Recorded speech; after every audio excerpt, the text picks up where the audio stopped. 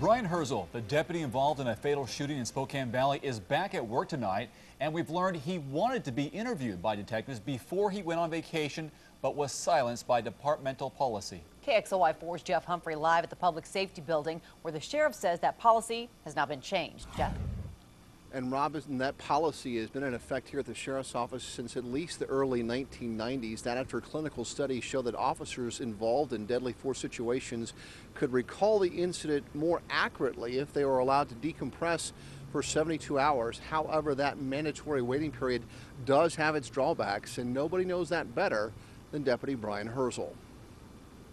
The night Brian Hirzel shot and killed Scott Creach, the deputy was actually anxious to detail exactly what had happened. He talked about evidence that night at the tactical interview. He said, when asked, is there any other evidence? You have to take my baton. Sheriff Ozzie Knezovich says Hirzel also wanted to explain why his use of deadly force was justified, but was told the critical incident protocol prohibited him from making a formal statement for the next 72 hours. He was willing to give a statement that night. The investigators knew about the 72-hour policy, and they were concerned about violating that policy. That policy is intended to allow deputies to get over the trauma involved with potentially taking someone else's life and subsequently give more accurate answers about the incident.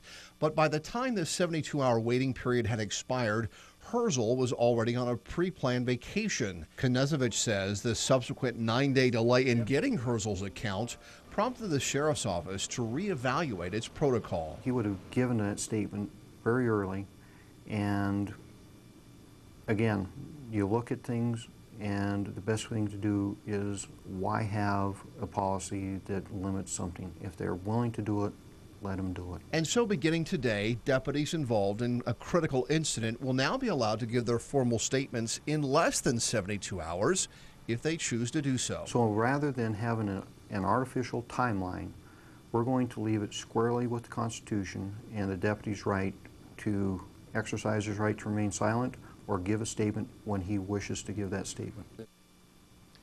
And Knezovich says the new policy still does not allow the sheriff's office to compel a deputy statement. The sheriff warns that anytime he orders one of his deputies to be interviewed, that after that deputy can no longer be held criminally responsible for his actions. And late this afternoon, we learned that Deputy Brian Hirzel is back on limited duty here at the sheriff's office. That development, the most strongest indication yet that the sheriff doesn't think Deputy Hirzel violated any laws during this fatal shooting. Reporting live at the Public Safety Building, Jeff Humphrey, KXLY4.